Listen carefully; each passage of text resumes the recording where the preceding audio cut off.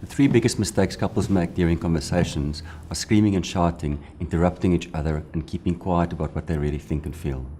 Most couples feel that they will forget what they need to say if they don't speak it in the moment, but when you interrupt each other, you upset your relationship even more. The obvious solution to interruption is to give each other a turn to speak and to make notes and patiently wait for your turn to speak.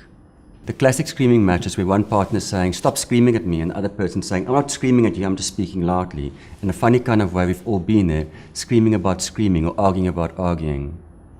So the question I'm often asked is, do you think I'm screaming? I'm asked to be a referee between two people's experiences. The answer is really simple. If it's considered screaming for your partner, it is too loud or too sharp-toned for him or her, and you need to tone it down. You have to honor and accept your partner's experience as true for them and never debate or argue it. You don't have to like it, you don't have to agree with it, but you have to tone it down.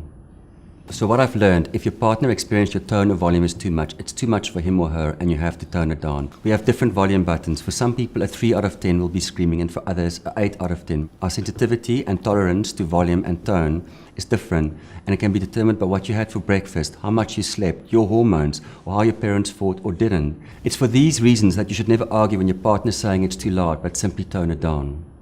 Avoiding or keeping quiet. The opposite of screaming and shouting is avoiding or keeping quiet about your real thoughts and feelings. Just because you're keeping quiet does not mean that you're not doing damage to your relationship. It can be as damaging as screaming and shouting. The obvious solution to keeping quiet or avoiding conversations is to speak your mind.